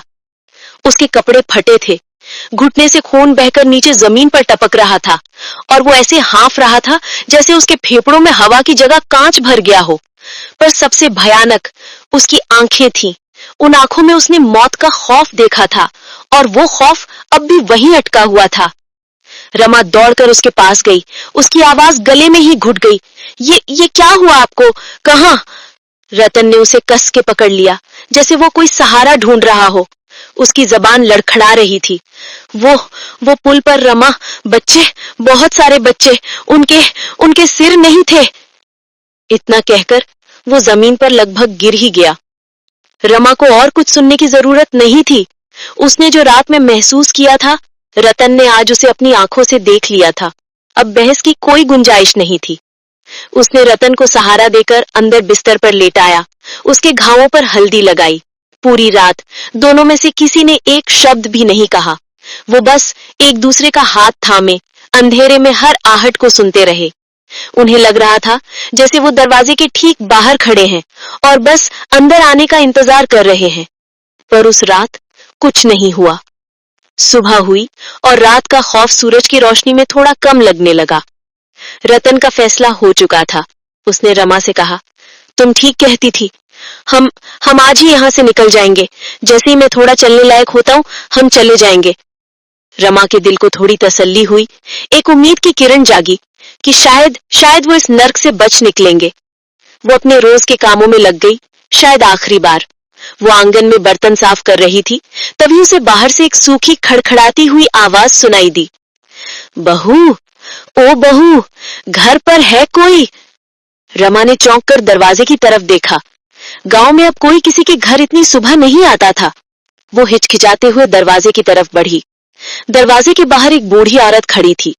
सफेद साड़ी पहने, सफेद बालों से भरा सिर, शरीर बुढ़ापे के बोझ से इतना आगे की तरफ झुका हुआ था कि वो लगभग दोहरी हो चुकी थी। एक टेढ़ी मेढ़ी लाठी के सहारे खड़ी वो एकटक रमा को देख रही थी। एक ऐसी स्थिर निगाह जिसमें शायद पलकें झपकना भूल गई हूं। रमा उसे पहचान नहीं पाई। बूढ़ी औरत ने अपनी कांपती हुई आवाज में कहा, पहचाना नहीं क्या बहू? मैं तेरे रतन के भाई बसंत की माँ हूँ, अमतला गांव से आई हूँ, तेरी रानी चाची। रमा हैरान रह गई। रतन ने बताया तो था कि अमतला गांव में कोई दूर के रिश्तेदार हैं, पर उनसे मिले हुए सालों हो गए थे, और वो आज अचानक यहाँ क्यों? रमा की हैरानी अभी खत्म भी नहीं हुई थी कि अंदर से रतन के लंगड़ाते हुए चलने की आवाज आई। बाहर हो रही बातचीत सुनकर वो दर्द के बावजूद खुद को रोक नहीं पाया था। वो दरवाजे पर आकर खड़ा हो गया। उसके चेहरे पर पिछली रात का खौफ और जिस्म पर चोट के निशान अभी भी ताजा थे। उसने उस बूढ़ी औरत को देखा। उसका दिमाग तेजी से यादों के पुराने संदूक को खंगालने लगा। रानी चाची, अमतला गांव, हाँ, नाम तो सुने हुए लगते थे। एक धुंधली सी याद थी बचपन की, किसी शादी में एक औरत से मिलने की, पर क्या वो यही थी? रतन अपने जहन पर जितना जोर डाल रहा था उतना ही उसे यकीन होता जा रहा था कि ये वो चेहरा नहीं है। पर सबसे अजीब उस बूढ़ी औरत की आंखें थी। वो आंखें किसी जिंदा इंसान की नहीं थी। उनमें कोई चमक नहीं थी, कोई भाव नहीं था। बस एक ठहरा हुआ पथराई हुई निगाह थी जो सीधे रतन के अंदर झांक रही थी। उस निगाह को देखकर रतन की रूह में एक सिहरन दौड़ गई, ठीक वैसी ही जैसी उसे कल रात उस पुल पर महसूस हुई थी। किसी जादुई शक्ति से, जैसे चाची ने उसके मन की बात पढ़ ली हो। उसने अपनी सूखी खड़खड़ाती आवाज में कहा, क्या हुआ बेटा, इतने सालों बाद मुझे देखकर पहचान नहीं पा रहा है क्या? एक हल्की सी मुस्कान उसके सूखे होंठों पर आई, पर वो मुस्कान उसकी आंखों तक नहीं पहुंची। सोच रहा होगा कि मैं आज अचानक यहाँ कैसे? असल में यहाँ से 2 गांव आगे हर साल सावन में एक मेला लगता है, बस उसी में जाने के लिए निकली थी।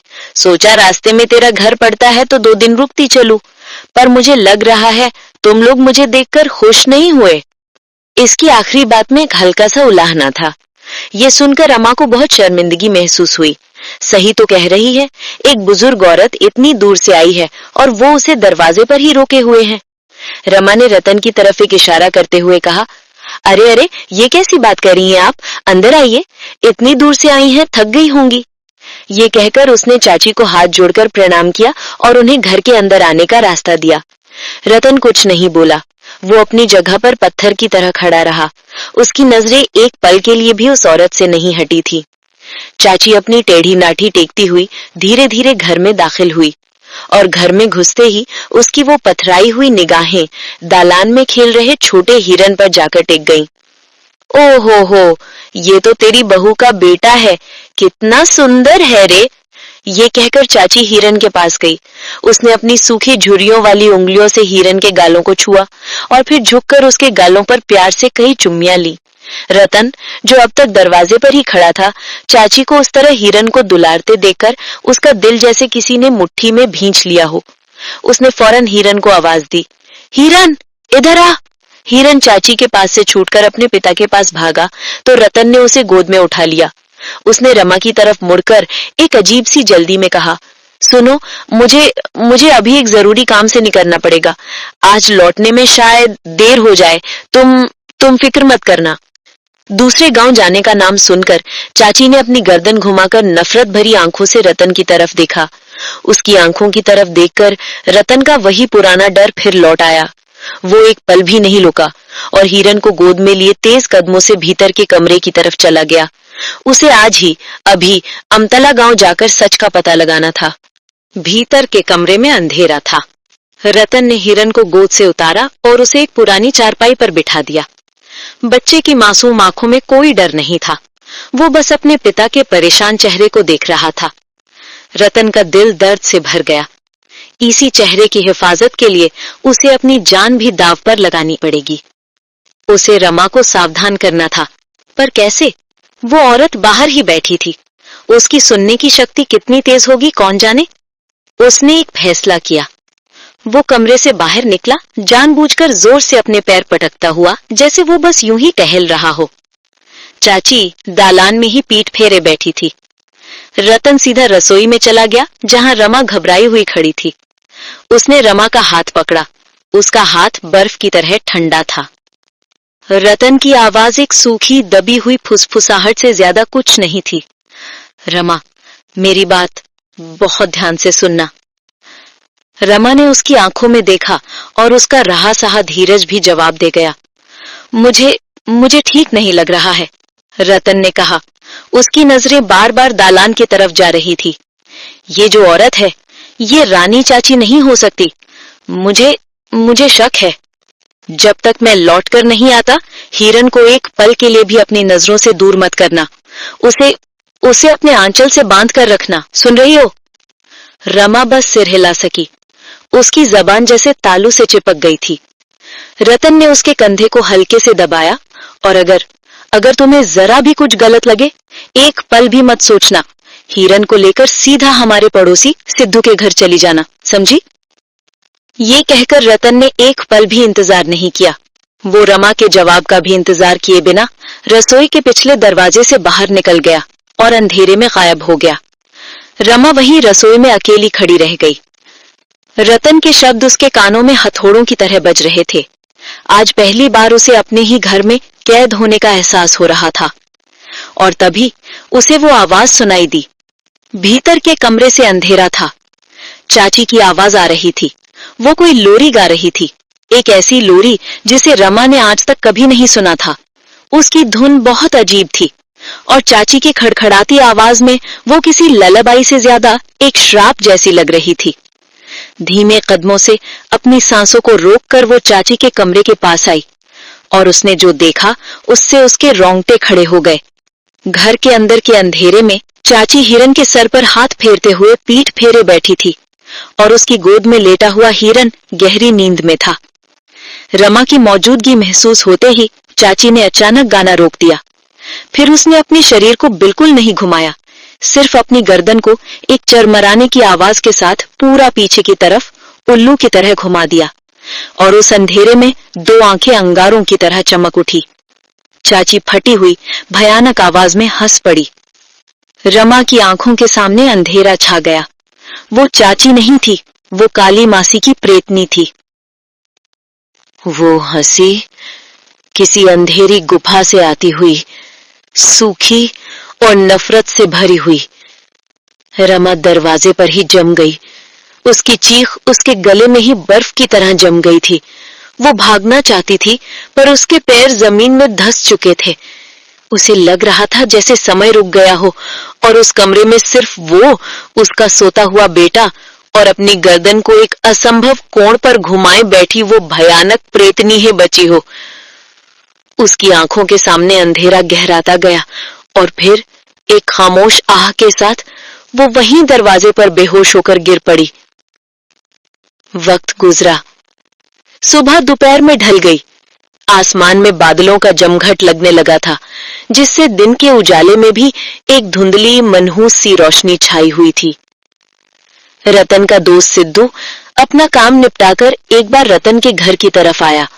सुबह रतन ने उसे जो जिम्मेदारी दी थी, वो उसे भूला नहीं था। जैसे ही वो रतन के घर के आंगन के पास पहुंचा, उसे एक अजीब सी खामोशी ने घेर लिया।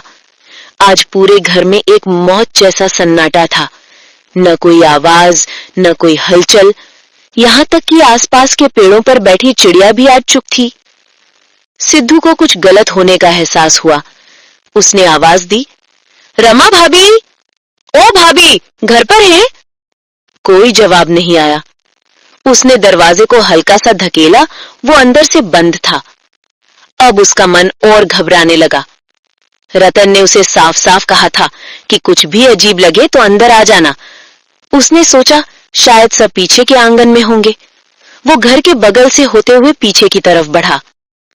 जैसे ही वो घर के पीछे पहुंचा, उसे खट खट और कुछ चबाने जैसी आवाज सुनाई दी। आवाज मुर्गी के दड़बे की तरफ से आ रही थी। वो धीरे धीरे दबे पांव उस तरफ बढ़ा। हवा में खून की एक कच्ची तीखी गंध तैर रही थी। उसने दड़बे के कोने से झांका और उसने जो देखा उससे उसके पेट में एक तेज लहर उठी और मुंह में कड़वा पानी भर आया। वही बूढ़ी औरत जिसकी पीठ सिद्धू की तरफ थी, जमीन पर बैठी थी। उसके सामने खून से सने फटे हुए मुर्गियों के शरीर पड़े थे और वो मजे से एक ताजी मरी हुई मुर्गी के कच्चे मांस को अपने दांतों से नोच नोच कर खा रही थी। हड्डियों के टूटने की कड़कड़ की आवाज उस भयानक खामोशी में साफ सुनाई दे रही थी। ये मंजर देखकर सिद्धू खुद को रोक नहीं पाया और वहीं उल्टी कर बैठा। उसकी आवाज से बूढ़ी औरत ने खाना रोक दिया। उसने अपनी गर्दन नहीं घुमाई, वो बस जैसे बैठी थी वैसे ही बैठी रही। एक पल की खामोशी और फिर उसने अपने दोनों हाथ जमीन पर टेके और एक मकड़ी की तरह अपनी गर्दन को पीछे घुमाए हुए शरीर को चारों पैरों पर उठाकर सिद्धू की तरफ पलटी। उसका पूरा मुंह ताजे खून से सना था और उसकी आंखें अब इंसान की नहीं थी, वो दो दहकते हुए कोयले थे जो सीधे सिद्धू की आत्मा में झांक रहे थे। और फिर उसके मुंह से एक खूंखार चीख निकले। सिद्धू की आंखों ने जो देखा, उसके दिमाग ने उसे समझने से इनकार कर दिया। वो चीज जो कुछ पल पहले तक एक बूढ़ी औरत थी, अब खून से सना मुंह लिए एक शिकारी जानवर की तरह उसे घूर रही थी। उसकी आंखें दहक रही थी। सिद्धू के शरीर में एक ही साथ दो चीजें हुई। उसके पैर बर्फ की तरह जम गए और उसका दिल उसके सीने में किसी कैद पंछी की तरह फड़फड़ाने लगा। जिंदगी और मौत के बीच का फासला सिर्फ एक सांस का था और सिद्धू ने वो सांस भागने के लिए चुनी। उसके दिमाग ने नहीं, उसके जिस्म की लाखों साल पुरानी वृत्ति ने उसे आदेश दिया, भाग। वो एक जंगली जानवर की तरह पीछे मुड़ा और भागा। वो लड़खड़ाया, गिरा, उसके हाथ और घुटने छिल गए, पर वो रुका नहीं। उसे अपने पीछे से कोई आवाज नहीं आई, कोई पीछा करने की आहट नहीं, और ये खामोशी दौड़ने की आवाज से भी ज्यादा डरावनी थी। उसे लग रहा था जैसे वो चीज अब भी वहीं बैठी है और उसे भागते हुए देखकर मुस्कुरा रही है। वो अंधेरे में बस भागता रहा, बिना ये देखे कि वो कहां जा रहा है। उधर सूरज पश्चिम में डूब रहा था, जैसे कोई जख्मी आंख बंद हो रही हो। उसकी लाल मरती हुई रोशनी ने पूरे गांव को एक अजीब खूनी रंग में रंग दिया था। रतन गांव की तरफ लगभग दौड़ रहा था। उसके पैर में अब भी दर्द था, पर उसके दिल में जो डर था वो उस दर्द से कहीं ज्यादा बड़ा था। अमतला गांव जाकर उसने जो सुना उससे उसकी आत्मा तक कांप गई थी। रानी चाची को मरे हुए लगभग 1 साल हो चुका था, तो फिर उसके घर में जो औरत है वो कौन है? ये सवाल एक जहरीले सांप की तरह उसके जहन में भुपका रहा था। वो अपनी पत्नी और बेटे के लिए इतना डरा हुआ था कि उसे अपनी चोट का एहसास भी नहीं हो रहा था। वो अपने घर के पास पहुंचने ही वाला था, तभी अंधेरे में से एक साया, एक इंसान पागलों की तरह भागता हुआ सीधा उससे आकर टकराया। धड़ाम, दोनों जमीन पर गिर पड़े। रतन ने गुस्से और हैरानी से उस इंसान को देखा। वो सिद्धू था। उसकी आंखें खौफ से बाहर निकली हुई थी, सांसें उखड़ी हुई थी और वो कुछ कहने की कोशिश कर रहा था, पर उसकी जबान से सिर्फ हाँफने की आवाज निकल रही थी। रतन ने उसे कंधों से पकड़कर झिंझोड़ा। सिद्धू, क्या हुआ? तू ऐसे क्यों भाग रहा है? रमा, हिरन, वो सब ठीक तो है? सिद्धू ने रतन को देखा और उसकी आंखों से आंसू बह निकले। उसने कांपती हुई उंगली से रतन के घर की तरफ इशारा किया। रतन, वो औरत नहीं है। रतन का दिल डूब गया। क्या मतलब? सिद्धू की आवाज किसी घायल जानवर की तरह घुरघुरा रही थी। मैंने उसे देखा, खून, चारों तरफ खून। वो कच्चा मांस खा रही थी रतन, मुर्गियों का। रतन के हाथ की पकड़ सिद्धू के कंधों पर ढीली पड़ गई। उसके कानों में जैसे किसी ने खौलता हुआ सीसा डाल दिया हो। अब उसे पता था कि वो सिर्फ एक प्रेतनी से नहीं बल्कि एक ऐसी चीज से लड़ने जा रहा था जो भूख और नफरत से बनी थी, और उसका परिवार उस भूखे शैतान के साथ एक ही छत के नीचे कैद था। सिद्धू के शब्द हवा में जहर की तरह घुल चुके थे। रतन जमीन पर ही बैठा रह गया। उसके दिमाग ने काम करना बंद कर दिया था। उसे सिद्धू की बातें सुनाई तो दे रही थी, पर उनका मतलब समझ नहीं आ रहा था। रमा, कच्चा मांस, वो औरत, ये सब किसी पागल के सपने जैसा लग रहा था। पर सिद्धू की आंखों में जो खौफ था, वो सपना नहीं था। सूरज डूब चुका था और अंधेरे की पहली परत जमीन पर बिछने लगी थी। रतन ने कांपती हुई आवाज में पूछा, तो रमा कहाँ गई? और मेरा बेटा हिरन, वो कहाँ गया? सिद्धू ने बेबसी से सिर हिलाया। मुझे नहीं पता रतन, मैंने उन्हें नहीं देखा। उस औरत के सिवा वहां कोई नहीं था। रतन की आंखों में आंसू आ गए। नहीं, वो जिंदा है, उन्हें कुछ नहीं हुआ होगा। एक जोरदार झटके के साथ उसके अंदर का डर एक वहशी गुस्से में बदल गया। उसने सिद्धू का हाथ पकड़ा। उसकी पकड़ में लोहे जैसी मजबूती थी। नहीं, मुझे अंदर जाना ही होगा। मेरा बेटा, मेरी पत्नी पता नहीं किस हाल में है। सिद्धू ने उसे रोकने की कोशिश की। पागल हो गया है क्या रतन? वो दरवाजा नहीं, मौत का मुंह है। वो तुझे कच्चा चबा जाएगी। रतन ने उसकी आंखों में झांका। तो क्या करूं? यहीं बैठकर इंतजार करूं कि वो मेरे पूरे परिवार को निगल जाए? नहीं। उसने एक पल सोचा। उसका दिमाग अब तेजी से काम कर रहा था। तू एक काम कर। रतन की आवाज अब सपाट और ठंडी थी। तू जा, भागकर गांव वालों को बुला कर ला। मुखिया को बता, सबको बता। और मैं उसे रोकता हूं। मैं उसे मेरे बेटे तक नहीं पहुंचने दूंगा। ये कहकर रतन ने सिद्धू के जवाब का इंतजार नहीं किया। वो उठा और लंगड़ाता हुआ अपने घर की तरफ बढ़ चला। सिद्धू उसे जाते हुए देखता रहा। एक अकेला घायल आदमी एक शैतान से लड़ने जा रहा था। फिर वो भी मुड़ा और गांव की तरफ दौड़ पड़ा। रतन अब बिल्कुल अकेला था। उसका घर, जो कभी उसका सुकून था, आज अंधेरे में एक काले जानवर की तरह बैठा हुआ लग रहा था। हवा भी आज खामोश थी, एक अनहोनी से पहले की खामोशी। वो दीवार के साए से चिपककर धीरे धीरे मुख्य दरवाजे की तरफ बढ़ा। दरवाजा हल्का सा खुला था, जैसे कोई अंदर उसका ही इंतजार कर रहा हो। अंदर घुप अंधेरा था।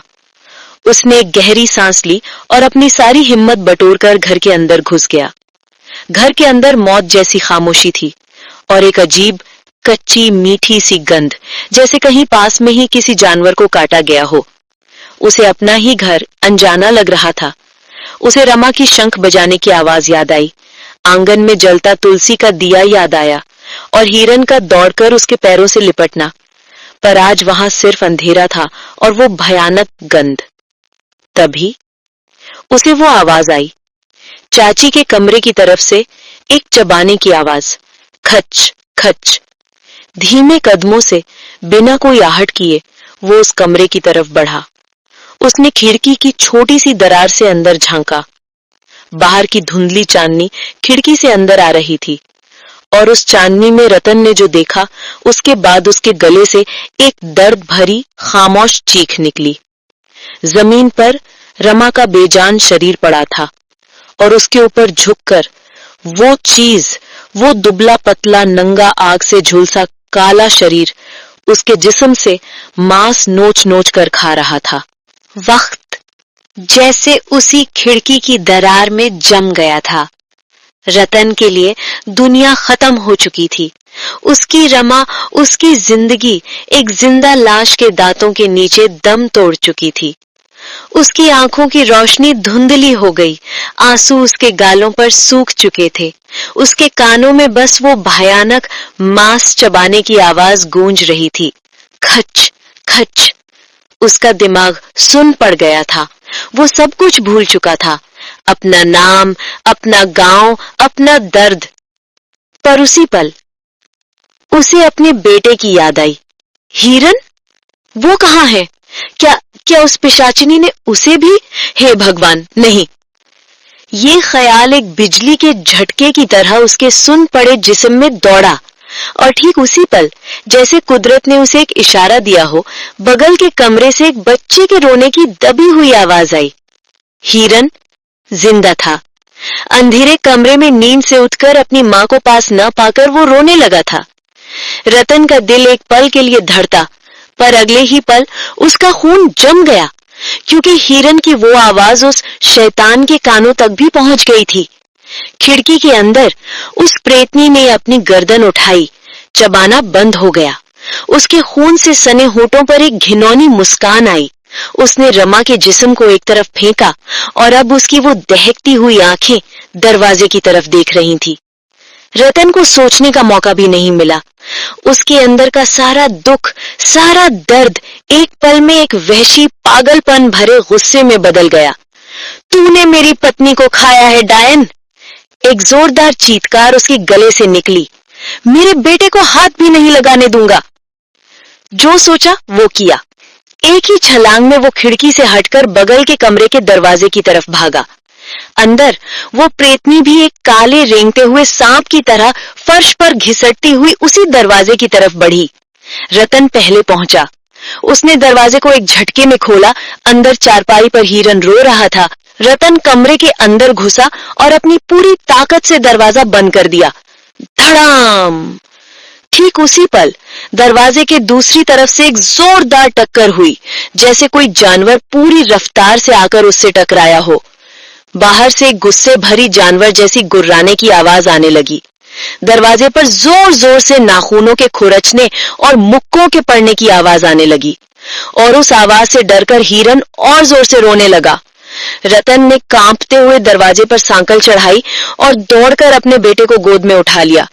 उसे अपने सीने से ऐसे चिपका लिया जैसे वो उसकी आखिरी दौलत हो। वो एक कमरे में अपनी जान के साथ कैद हो चुका था और दरवाजे के ठीक उस पार मौत दरवाजा तोड़ने की कोशिश कर रही थी। वक्त उस बंद कमरे में घुट रहा था। बाहर दरवाजे पर लगातार पड़ने वाले वार से लकड़ी के रेशे चरमरा रहे थे। हर चोट के साथ रतन हिरण को और कसकर अपने सीने से भींच लेता। हिरण का रोना अब सिसकियों में बदल चुका था। वो अपने पिता के सीने में मुंह छिपाए डर से कांप रहा था। रतन उस कमरे के सबसे अंधेरे कोने में बैठा था। उसकी पीठ दीवार से सटी थी। वो बस दरवाजे को घूर रहा था, इंतजार कर रहा था कि कब वो टूटेगा और कब मौत अंदर आएगी। और फिर अचानक सब कुछ रुक गया। दरवाजे पर पड़ने वाले वार, खुरचने की आवाज, गुर्राना सब एक साथ बंद हो गया। ये खामोशी उस शोर से भी ज्यादा भयानक थी। रतन ने अपनी सांस रोक ली। क्या वो चली गई? और तभी उसके दरवाजे के बाहर से उसे रमा की आवाज सुनाई दी। एक डरी हुई, कांपती हुई आवाज। रतन, दरवाजा खोलो, मुझे अंदर आने दो। वो पिशाचिनी मुझे खा जाएगी। मुझे बचाओ रतन, मुझे बचाओ। इस बार रतन उसकी चाल में नहीं फंसा। उसकी आंखों के सामने अब भी वो खौफनाक मंजर ताजा था। वो जानता था कि उसकी रमा अब इस दुनिया में नहीं है। ये उसी शैतान की एक और घिनौनी चाल थी। उसने कोई जवाब नहीं दिया। हिरण को दोनों हाथों से कसकर दबाकर वो पत्थर की मूरत बना बैठा रहा। बाहर से रमा की आवाज लगातार आती रही। वो रो रही थी, गिड़गिड़ा रही थी, पर रतन टस से मस नहीं हुआ। उसे समझ नहीं आ रहा था कि वो सर्वशक्तिमान प्रेत दरवाजा खोलने के लिए इतनी मिन्नतें क्यों कर रहा था। वो उसे तोड़ क्यों नहीं पा रहा था। इस कमरे में ऐसा क्या था? उसने अंधेरे में अपनी नजरें घुमाई और उसकी नजर कमरे के एक कोने में बने पूजा के स्थान पर पड़ी और उसे याद आया, ये वही कमरा था जहां रमा रोज सुबह शाम दिया जलाती थी।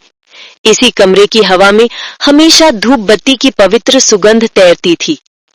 और दरवाजे की दहलीज, उसे याद आया, दरवाजे की दहलीज पर मां लक्ष्मी की हल्दी और कुमकुम से बनी एक पक्की रंगोली बनी हुई है, जिसे रमा ने कभी मिटने नहीं दिया था। हाँ, अब वो समझ गया। मरकर भी हमें बचा गई मेरी देवी। ये बात सोचते ही उसकी आंखों से जोर जोर से आंसू बहने लगे। इस रंगोली को लांघकर उस अंधेरे की निवासी की इस पवित्र कमरे में घुसने की हिम्मत नहीं थी। बाहर वो पिशाचिनी भी शायद ये समझ चुकी थी। अब दरवाजे पर नहीं, बल्कि घर की छत के ऊपर कूदने और खुरचने की आवाजें आने लगी, जैसे कोई बेचैन जानवर पिंजरे के चारों तरफ चक्कर काट रहा हो और अंदर आने का कोई रास्ता ढूंढ रहा हो। रतन के लिए वो रात एक सदी जितनी लंबी थी। पूरी रात छत के ऊपर से खुरचने, कूदने और एक बेचैन जानवर की तरह चक्कर काटने की आवाजें आती रहीं। हर आवाज के साथ रतन को लगता कि शायद अब छत टूट जाएगी या दीवार गिर जाएगी, पर ऐसा कुछ नहीं हुआ। और फिर जैसे जैसे रात अपने आखिरी पहर में पहुंची, वो आवाजें धीरे धीरे कम होने लगी। आखिरकार एक गहरी, भयानक खामोशी छा गई। रतन ने अपनी नजरें दरवाजे से नहीं हटाई। उसे डर था कि ये भी कोई चाल न हो। पर तभी खिड़की की दरार से रोशनी की पहली लकीर अंदर आई। सुबह हो रही थी और उस रोशनी के साथ ही बाहर से एक चिड़िया के चहचहाने की आवाज आई। उस एक आवाज ने जैसे रात भर के खौफ पर मरहम का काम किया। रतन को यकीन हो गया, वो चीज चली गई है। अंधेरे की वो पैदाइश उजाले से डरकर भाग गई थी। उसकी गोद में हिरन अब भी आराम से सो रहा था। उसे देखकर रतन की आंखों से आंसू बह निकले। ये आंसू दुख के थे, बेबसी के थे और अपनी रमा को खोने के दर्द के थे। तभी उसे बाहर से इंसानी आवाजें सुनाई दी।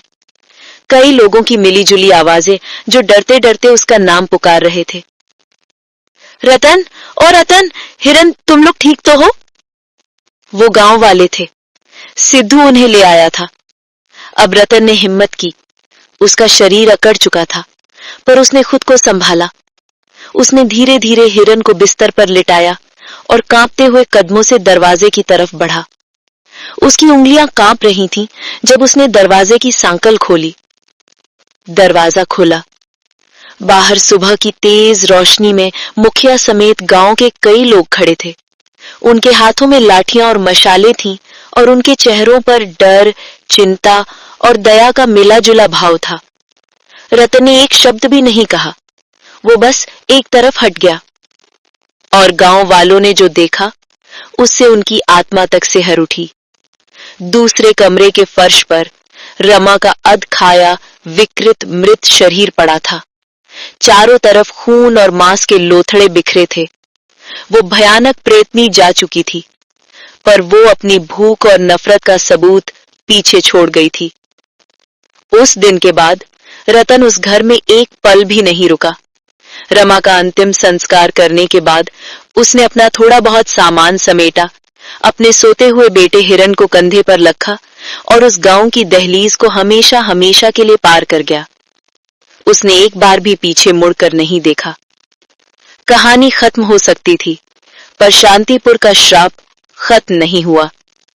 धीरे धीरे कई और गांव वाले भी अपनी जान के डर से वो गांव छोड़कर चले गए, पर कुछ गरीब किसान और मल्लाह, जिनकी जमीन और नदी ही उनकी दुनिया थी, वो आज भी वही हैं। कहते हैं आज भी उस गांव के शमशान में अक्सर किसी इंसान के आधे खाए हुए जिस्म का अंतिम संस्कार होता है। आज भी उस काली झील के पानी से रात में किसी के तैरने की आवाज आती है। और आज भी अगर कोई अकेला मुसाफिर रात में उस सूखे खेत के पुल से गुजरता है, तो उसे बिना सिर वाले धड़ खामोशी से चलते हुए दिखाई दे जाते हैं। तो रतन अपने बेटे को लेकर बच निकला। एक तरह से हैप्पी एंडिंग, राइट? रॉन्ग। ये कहानी रतन की नहीं थी। ये कहानी है शांतिपुर की, और शांतिपुर आज भी वही है। वो झील आज भी उतनी ही काली है और वो पुल आज भी उतना ही वीरान। रतन तो चला गया, पर उन बिना सिर वाले बच्चों का क्या, जो आज भी उस पुल पर किसी को ढूंढ रहे हैं? उस माँ का क्या, जिसकी आत्मा आज भी अपने बच्चे की लाश नोच रही है? सबसे डरावनी कहानियां वो नहीं होती जिनका अंत हो जाता है। सबसे डरावनी कहानियां वो होती हैं जो हमेशा चलती रहती हैं। आपके शहर में भी कोई ऐसी जगह है, कोई ऐसा पुल, कोई ऐसा तालाब जिसका जिक्र लोग सिर्फ फुसफुसाहट में करते हैं? नीचे कमेंट्स में मुझे उस जगह के बारे में बताइए। I'd love to know your town's secrets। और अगर आपको अंधेरे में छिपी ऐसी ही और आवाजें सुननी है, तो आप जानते हैं कि क्या करना है। इस कहानी के लिए लाइक बटन जरूर दबाएं, विस्पर्स विद मैत्री को सब्सक्राइब करें और वो घंटी वाला आइकॉन दबाना मत भूलना, ताकि अगली बार जब कोई दरवाजा खटके तो सबसे पहले आपको पता चले। Until next time, अपने घर में आने वाली हर आहट पर ध्यान देना।